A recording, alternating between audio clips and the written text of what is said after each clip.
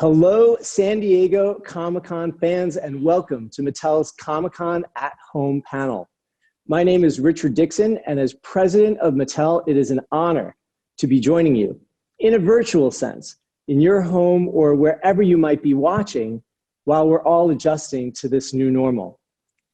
Now, while so many pieces of our lives have shifted, such as being able to head down to San Diego for the experience of the show in person, it also is presenting some really unique opportunities.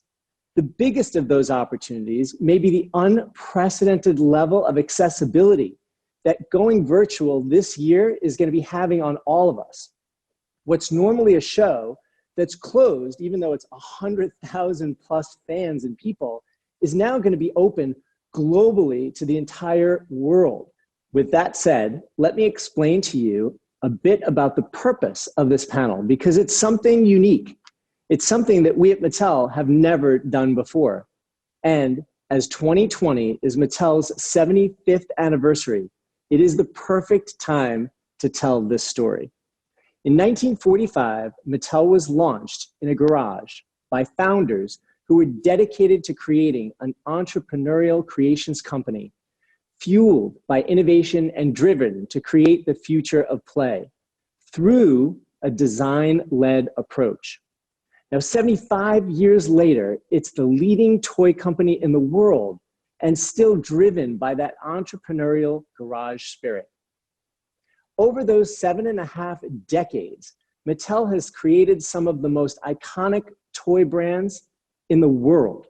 You know them, including brands like Hot Wheels, Barbie, Fisher-Price, Masters of the Universe, and tons more. The list goes on and on. These brands have not only transcended the play experience for generations, but they have rightfully earned their place in pop culture. Our brands are literally canvases for pop culture conversations, and conversations are somewhat about collaborations. Collaboration has always been a key to our success at Mattel.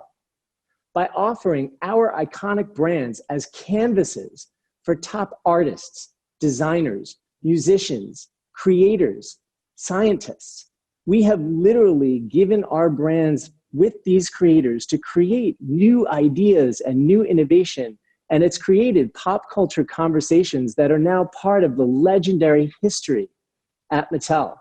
Even recently with Travis Scott and Hot Wheels and the legendary Karl Lagerfeld and Barbie and Jonathan Adler and Fisher-Price. I mean, we have just so many great collaborations that are all part of the history that make up Mattel.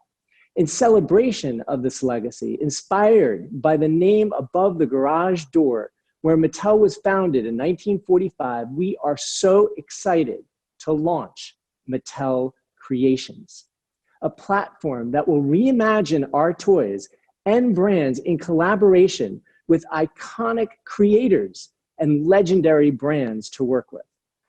It's all about creation, collaboration, and progression. So whether it's a reinterpretation of your favorite toy growing up or a completely new toy that inspires you today, imagine the possibilities. Nothing is more central to our business than design and the creative endeavor. So let's dive into what exactly that means. And here to talk us through that is Chris Down, Mattel's Chief Design Officer. Chris, welcome. Thanks for having me, Richard. I am looking forward to this. So Chris, we speak about the heritage of the company and it being design-led 75 years after the day it was born in Los Angeles. So what does design-led really mean?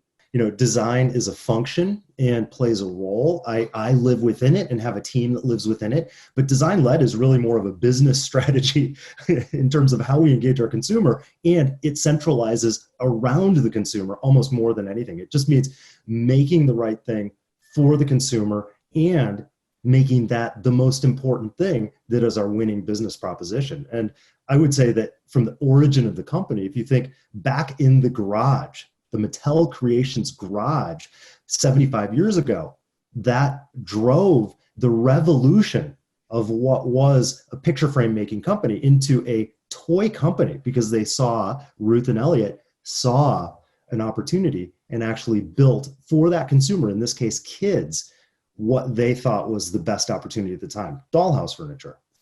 So, we speak about collaborations, and you mentioned from the beginning in the garage that it was a really important part of Mattel's heritage. But what is it like to actually define the process of a collaboration? It's in some ways it's not that different from what it was 75 years ago.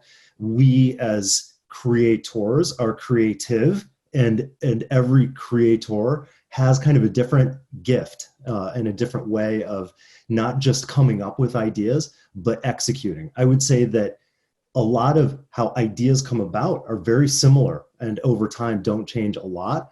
It requires observing what consumers are doing, what they're capable of, and what they're interested in. And in many ways, rubbing the crystal ball and imagining what they might be interested in 6 months, a year, or 2 years from now, and doing that. What has changed significantly, and you mentioned it just a second ago in your opening remarks, is the process by which we execute, in this case, toys. The tools and the technology, while start oftentimes in a very primitive way. It could be a napkin sketch or a foam core model. We now have force feedback, haptic arms using, very effective and incredible three-dimensional tools and 3D outputs and everything else.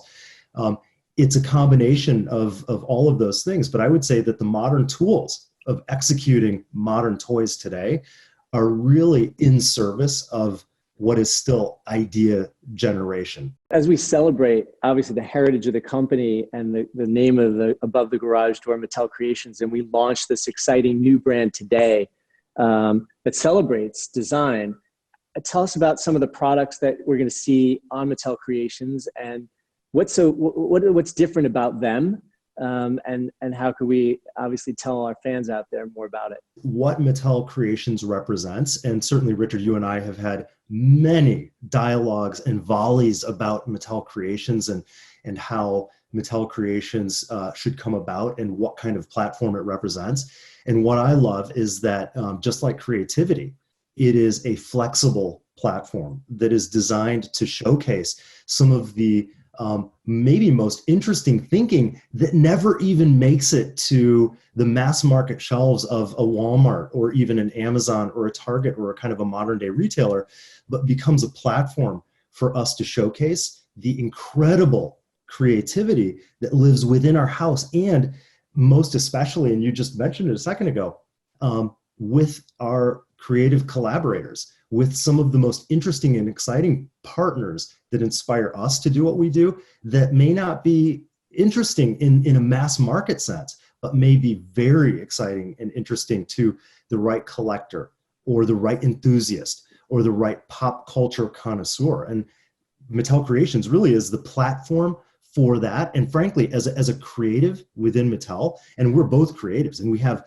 big creative teams that are also highly enthusiastic about this and the promise of what it is as a creative outlet. Well, I think it's an exciting, obviously, endeavor that we're on together. But I think what's even more exciting now is the accessibility and reach that Mattel Creations will have.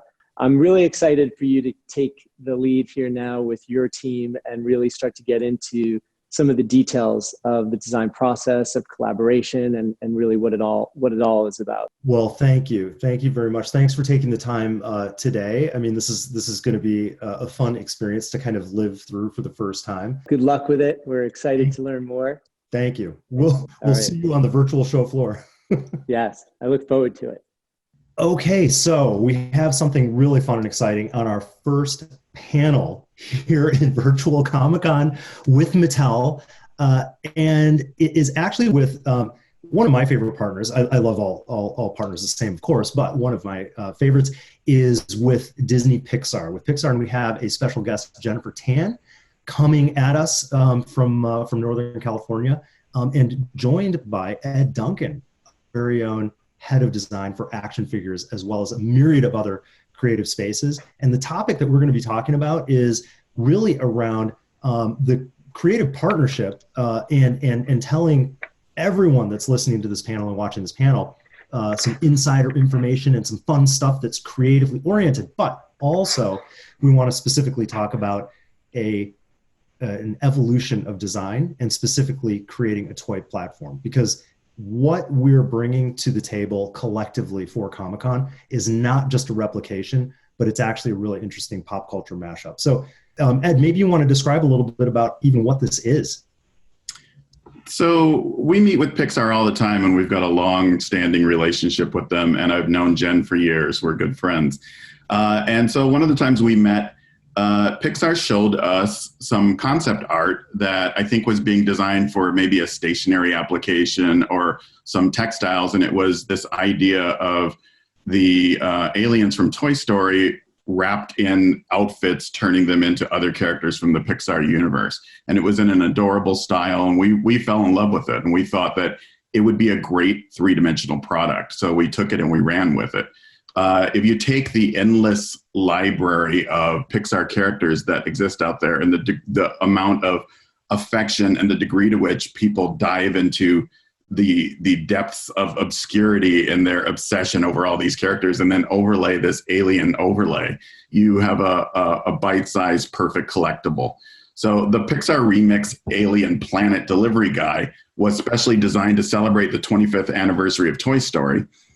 This remixed figure it's the combination of the alien with the driver of the Pizza Planet delivery truck, which, as Pixar fans know, is a Easter egg in many Pixar movies. You always see it in the background or hinted at in all kinds of films. So it comes in a special package that is designed to be the truck, and it's a really fun, absolutely unique collectible. All right, so great story of the origin of the idea of mashing things up. My question goes over to Jen, because from a Pixar and a Disney point of view, doing mashups and doing things that are not like picture perfect on model from film can, I know, cause some machinations, to say the least. Sure. What were the thoughts going on at Pixar and in your head, and how did we get to where we are? Yeah, great question. And actually, I do want to give a shout out to the Pixar Studio store. We have a little store on the campus run by our wonderful manager, Valerie Hathaway.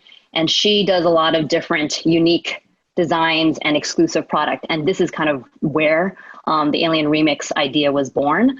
She worked with a freelance illustrator that we often work with. His name is Jared Mariyama, and it was his idea. So it actually took someone outside of Pixar to reimagine and mash up some characters that we probably would not allow, just because, we do want to keep the world separate and celebrate the uniqueness of each film and its characters. But once we saw the designs for Alien Remix, I think people were like, this is so amazing. And you're like, why don't we do that? And I think it's just an example of how, sometimes you need to bend the rules a little bit to think outside of the box and be creative and not be so stringent about things, because it allows for more storytelling, for more innovation. And it also speaks to, it is the 25th anniversary of Toy Story, and just how iconic Toy Story has become.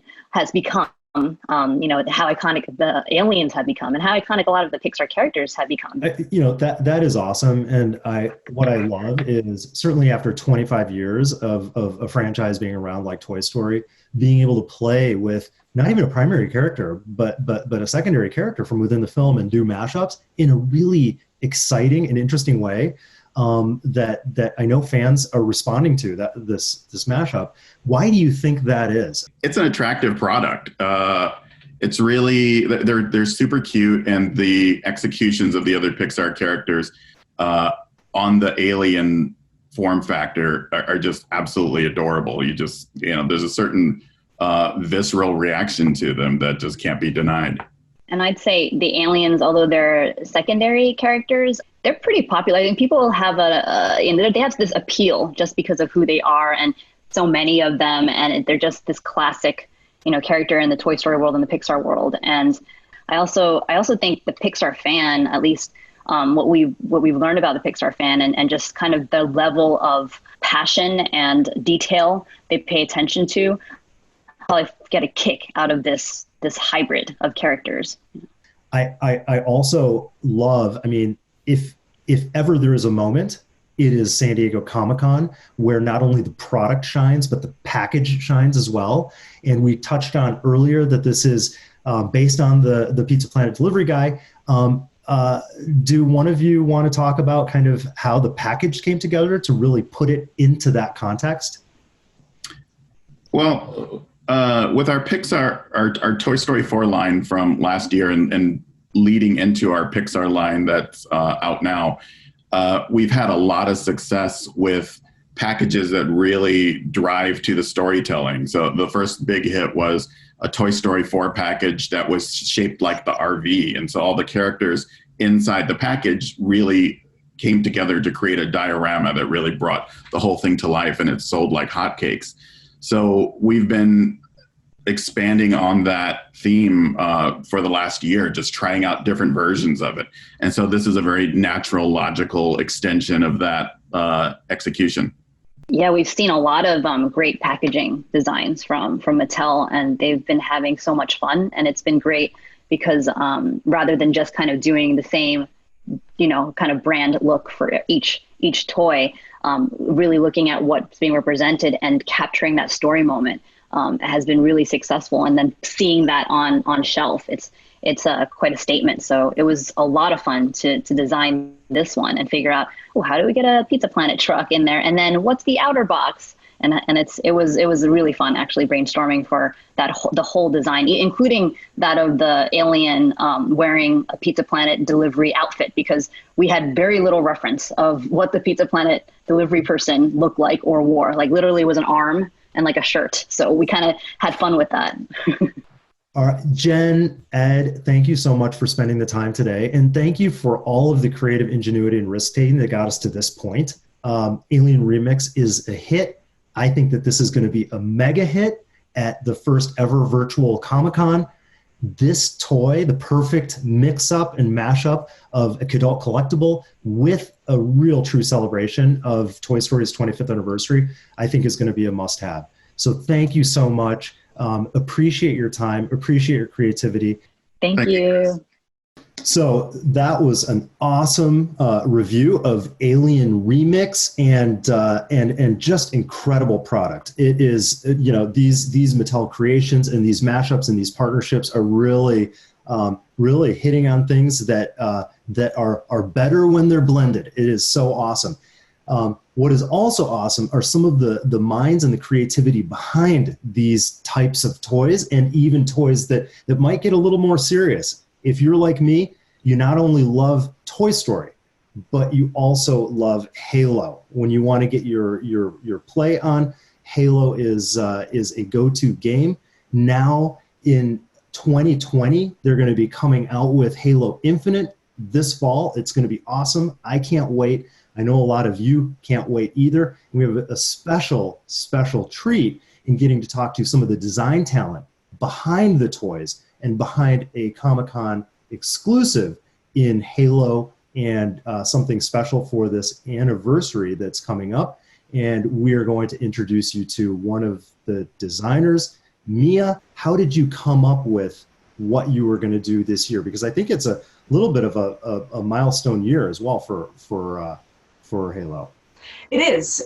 With the new game coming up, it was so clear to us that we wanted to showcase Halo in this Comic-Con. And at which point we're like, okay, we knew we wanted to showcase Halo, and we knew that the figurines would be the focal point of this particular set. So at that point we're like, okay, there's the element, we want to make beautiful figurines that will really stand out, but we also wanted to have something that would be a beautiful opening experience, something that was very interesting for collectors, and something that once you opened it, it would be beautiful on your shelf. At which point I was like, well, how about we put him kind of like in a museum on display with some lights really showcasing these figurines? And at that point they're like, go for it, make it happen. But this set, you're saying, kind of, it really highlights the journey of Master Chief as a figure, as a character, his armor along the way. Can you talk a little bit about that? Of course. So we want to take our figurines and our up-to-date articulated figurines, and we really wanted to showcase his evolutions throughout the different games. So have the armors that reflect the different sculptures and the different looks that Master Chief has. Can you talk a little bit about like articulation and kind of what makes Mega figures special? So with our figurines, we have this high articulation. Basically, we have 12 points of articulation with our figurines. So for instance, we have a Master Chief from the first game. And for this one, with it, we really wanted to have high articulation. So we have, in our original figs, we, for instance, had the elbows that could move. But before, we didn't have a separate part so that the arms could twist and be able to pose more easily. With over the years, with all this articulation, we've been able to create highly posable figurines that can easily take on different looks and combat poses. I think that the nuance and the detail of every iteration, we're focusing on how many different iterations of Master Chief. So we want to focus on the 6 mainline games. We ended up having 6 different iterations of Master Chief included into this toy. Within the pack, we don't just include the Master Chiefs, we include iconic weapons from each game that he represents. So with Halo 3, we have a distinctive weapon, while Halo Infinite will have its own weapon. We really wanted to showcase the variety of iconic weapons, and often in order of when they really brought the impact into the game. Now, Mia, I know that you have some pre-production or early production samples. Do you care to give us a little bit of a visual tease? I am all for it, but just making sure the light is not overly glaring. But we have... Wow. And this is just the closed box, and then we can open it up, and I'll make sure the light doesn't glare us too much. But on the inside, we have all 6 Master Chiefs, all displayed with their weapons at the back. If you notice on our exterior sleeve, we have a little blister with a part right here. When you take the inside, you get to remove it. Exactly, and I'm sure some of our fans will recognize what this chip represents. That's so cool. And basically, we have a little hole at the bottom that one takes the part. And I'll just put it up. And once the chip is in, it lights up the entire display. And with a little side panel that is held by a magnet, we're able to go inside and take our items within. So this entire packaging has a blister with prongs to be able to put the figurines down, but we also included extra jigsaw plates. So if anyone wants to take the figurines completely out of the display, the figurines could still be standing up in all their glory. We're just so excited for our fans and everyone to see this product and to be able to finally have their hands on it. Amazing. Thank you. Another incredible Mattel creation. Talk to you again soon. I personally am so stoked. Master Chief is one of my favorite characters and one of my favorite video games of Halo.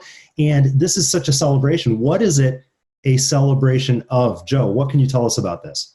It really is a celebration of, one, our partnership with Mega that is over a decade old, and a celebration of Halo and Master Chief. We are coming up on our 20th anniversary. So this exclusive set really focuses on Master Chief.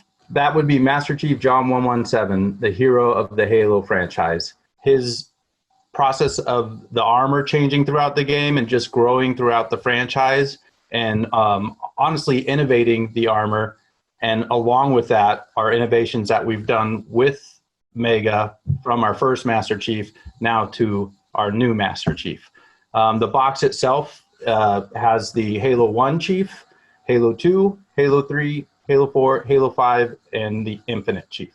And you're really going to see that growth that Master Chief has gone through over the 20 years and being one of the most recognizable video game characters in the world. What an amazing display of all 6 of them together, from product display to packaging. This is truly going to be a winner for Comic-Con. Yeah, I think packaging alone, when folks see this, they're just going to flip their lids. 20 years, I think that Master Chief and Halo have been around since 2001. I mean, that in itself is just remarkable, the staying power. The detail level of these figures with 12 points of articulation means that not only are you building, but you're setting up scenes and kind of posing in ways that kind of allow you to not just play out your own stories, but tell your own stories and display your own stories, which is cool. Yeah, and we've seen that with the amazing stop animations that Mega has produced for some of the products that we've done in the past, but we've seen fans do that as well with their stop motion. So it's really kind of neat to see them take the product and go into a different medium like film and make these type of stories. What are some of the challenges that you've found kind of along the way? The biggest one with this type of product is the stylization of the character and getting that correct and making sure we're copying the character as close to possible, but then also understanding the format that Mega is trying to get into with the looks of the characters, them interacting with the vehicles.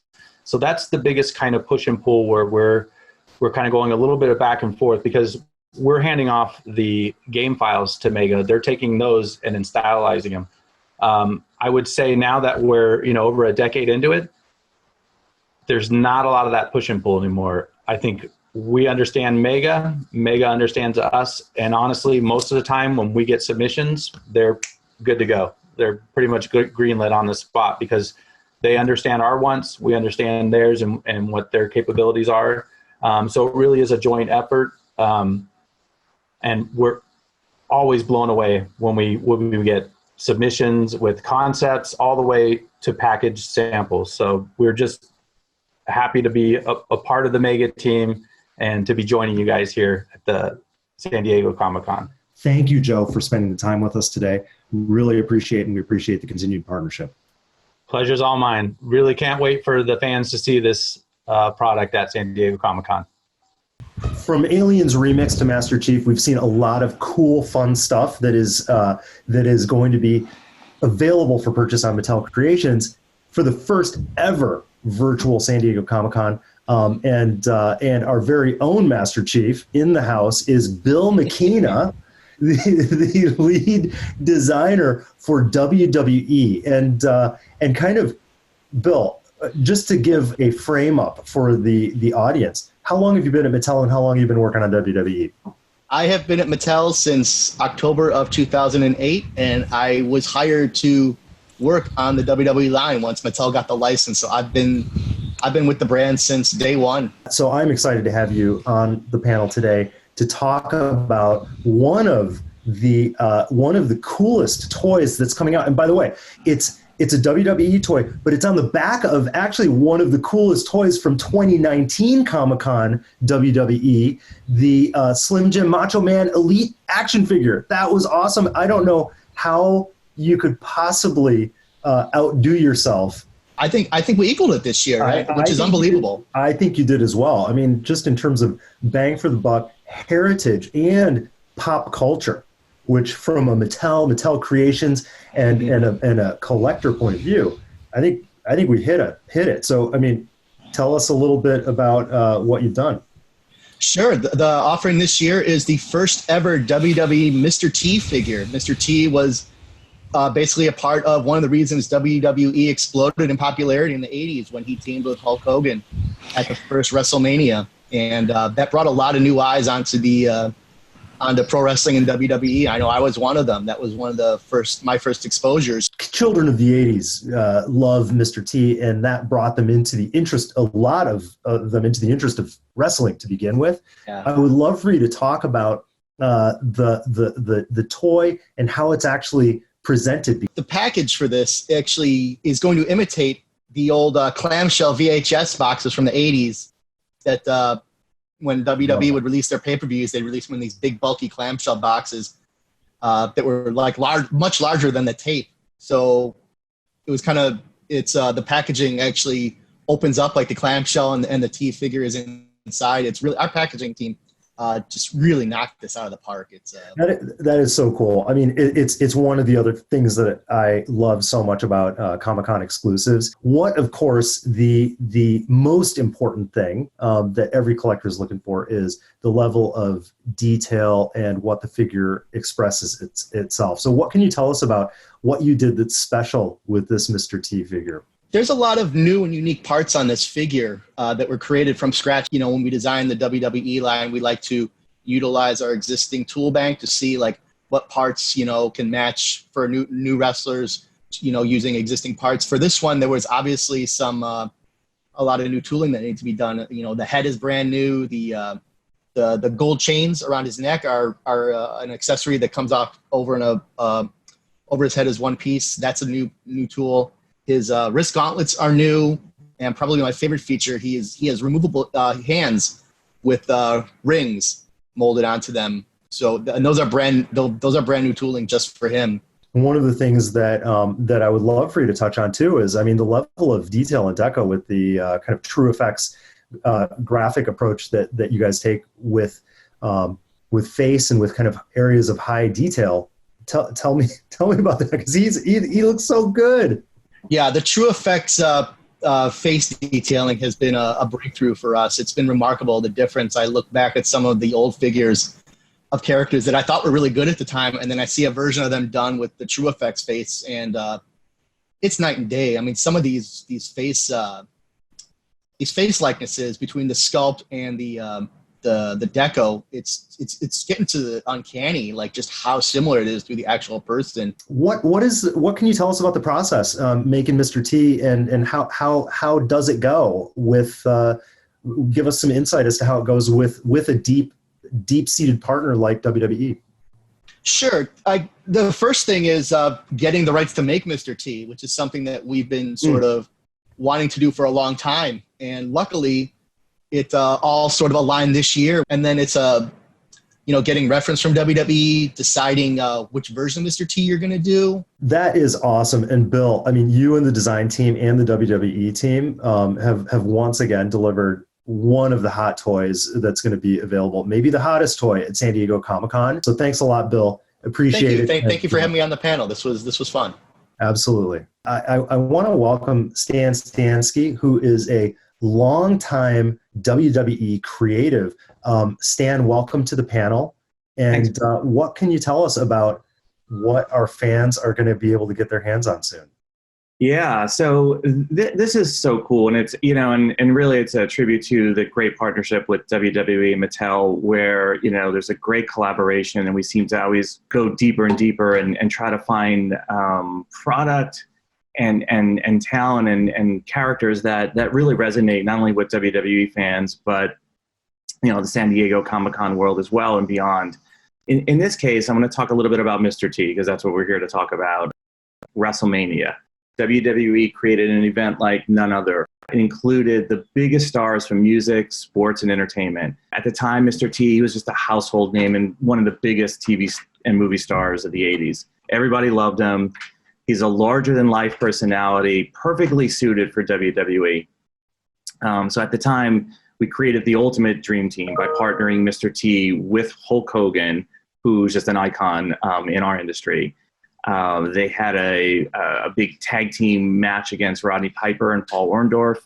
And it was an amazing event. And as you know, WrestleMania just sort of kind of grew from there. But Mr. T really helped bring WWE to the forefront of pop culture and catapult WWE into the mainstream. Everyone loves Mr. T. He's just culturally iconic.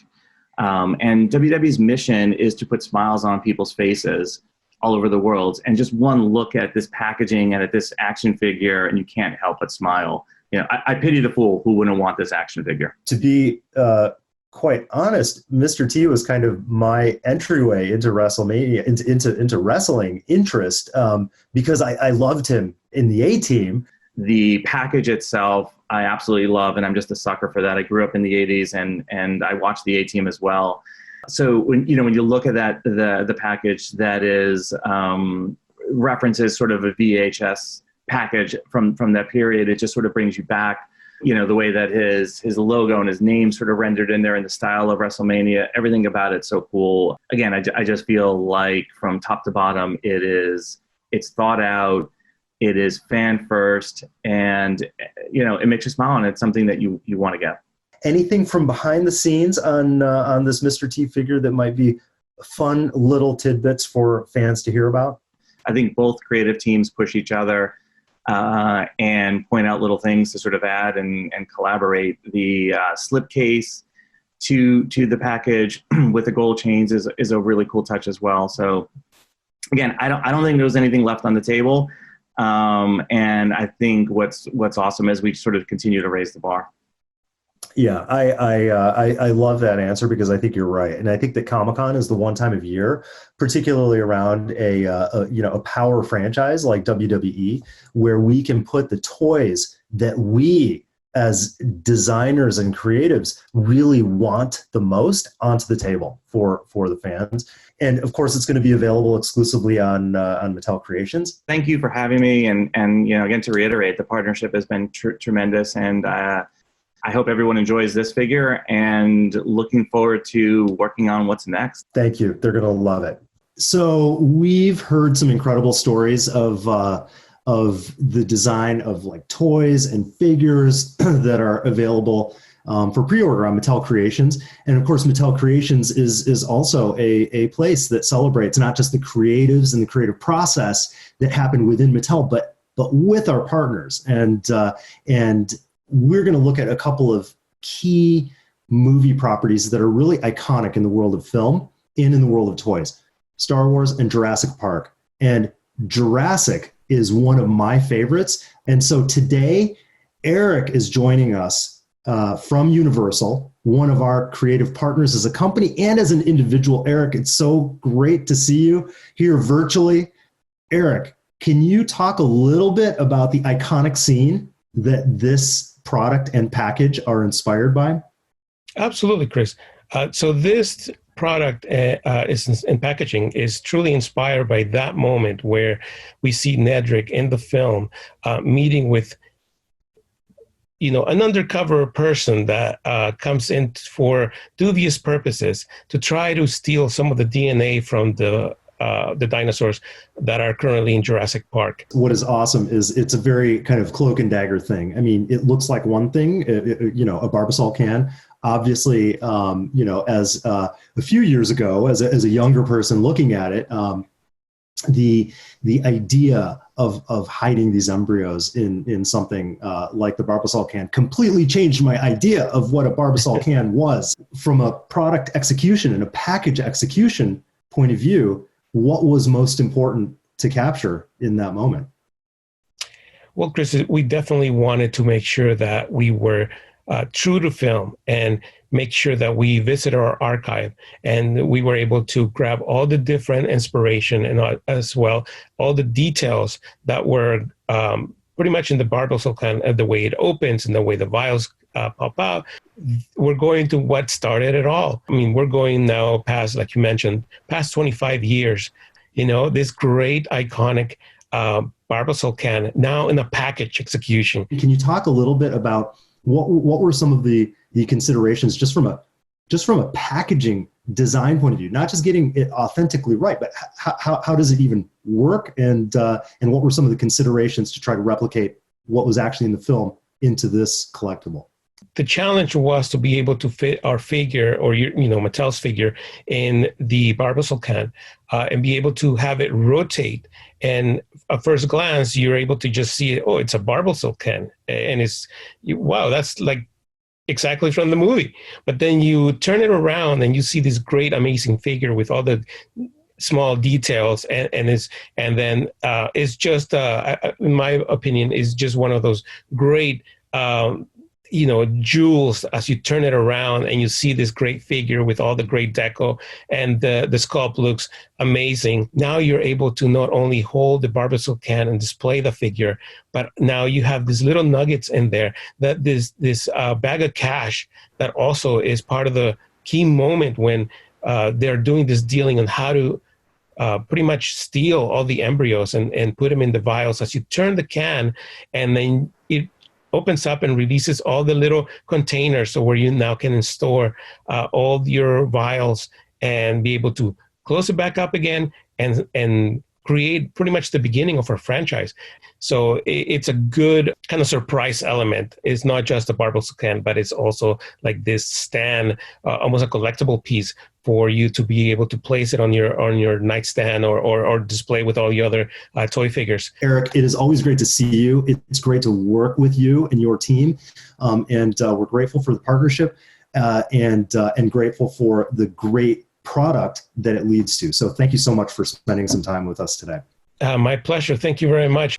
Okay, so we just talked with Eric about a really, really iconic moment from the original Jurassic Park. And it brings you back, I mean, more than 25 years ago. And the iconic scene that I know I love, and the Barbasol can, as one of the most unique package executions, which is critical for Comic-Con. You know, we're pulling in Jamie Dunn, who heads up packaging for Mattel, and would love to hear a little bit of your perspective, both in the origin of this package concept, as well as some of the trials and tribulations that you and your team went through. You know, you said it, San Diego Comic-Con is almost a package designer's dream. We get to do what we want to do. We get to do all the things that we dream of doing in sort of one space, and for this great show. You know, the design team, when we got sort of the concept started gelling, and the idea of this product started to take form, the package team, the package design team, went into brainstorm mode and really started figuring out how we can kind of bring this scene to life. We recreated that really iconic Barbasol can with a lot of help from the people from Barbasol. We worked with them quite closely on you know, kind of the details and the patterning and sort of what the can design looked like. Well, speaking of Barbasol, does it and delivering, does it deliver shaving cream?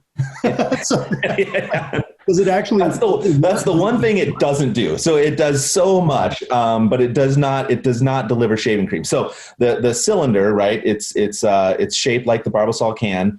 There's an injection molded plastic base that actually is a platform for the figure, and there's a rotation mechanism on the actual can. As you rotate it around, there's sort of a window that actually then exposes through rotation, exposes Nedry the character.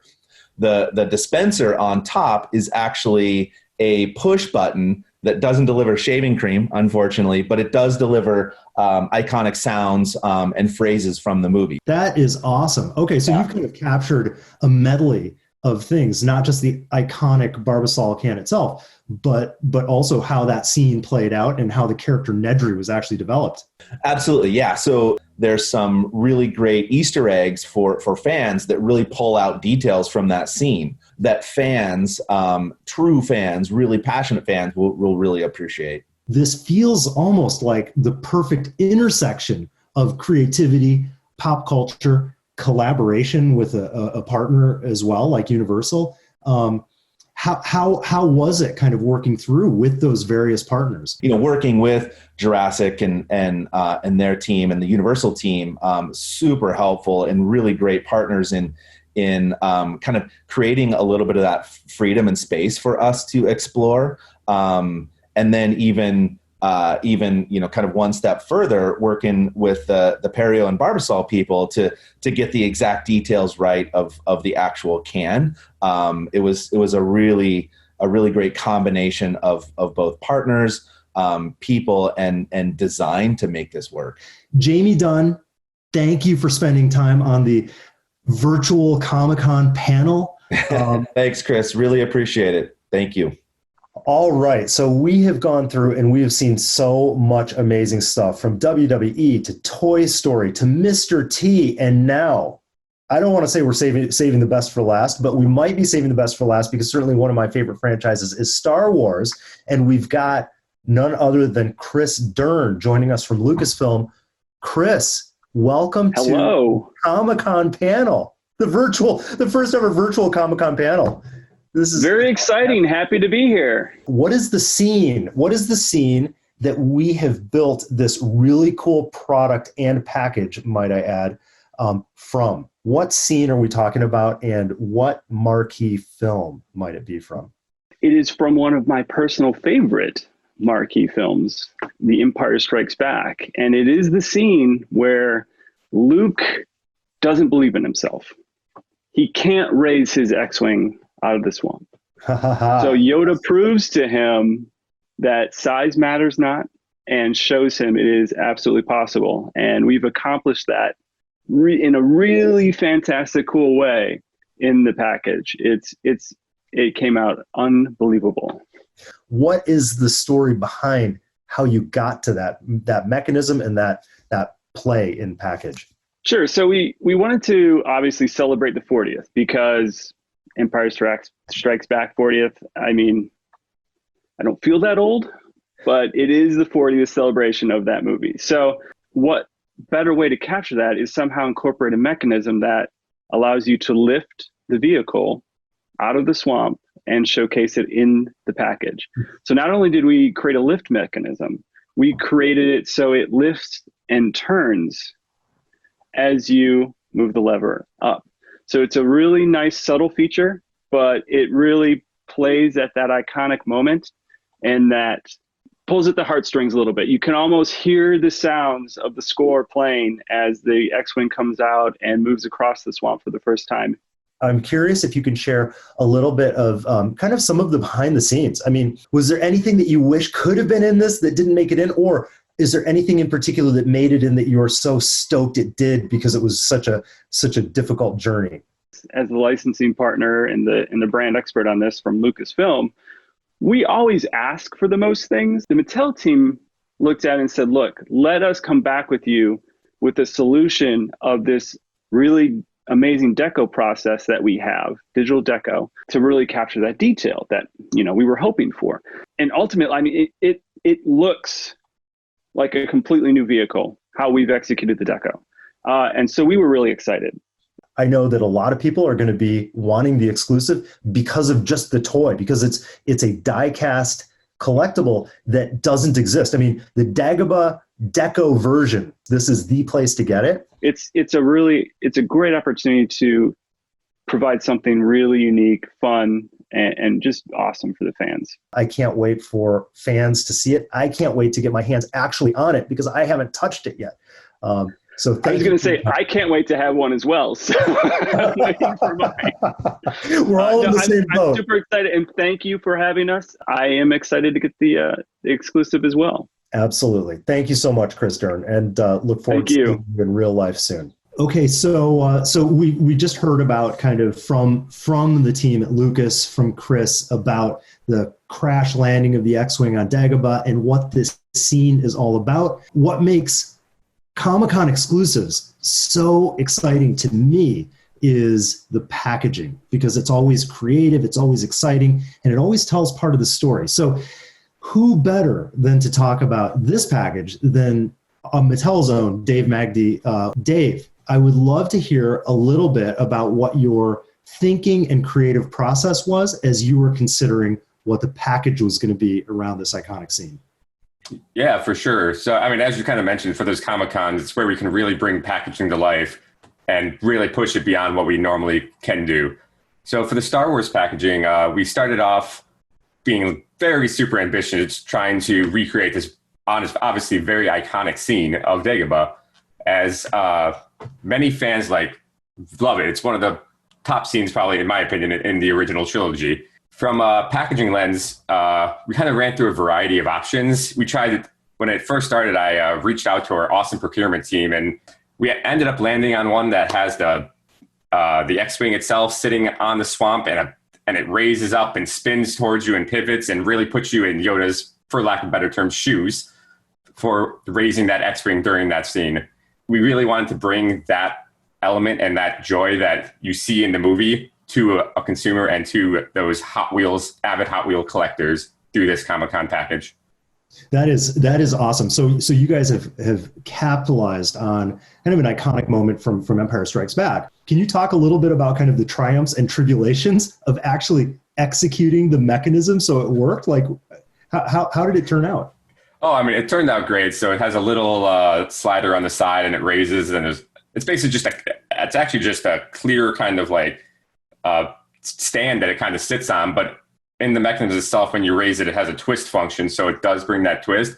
But with the trials going up to that, I had breadboard executions on my desk that had pencils, and it was a pencil jabbed into basically a cup with me gluing a little stand onto the bottom and trying to fake it out to do a working model to prove out that it would even work to begin with. You were using a plastic cup and a pencil to...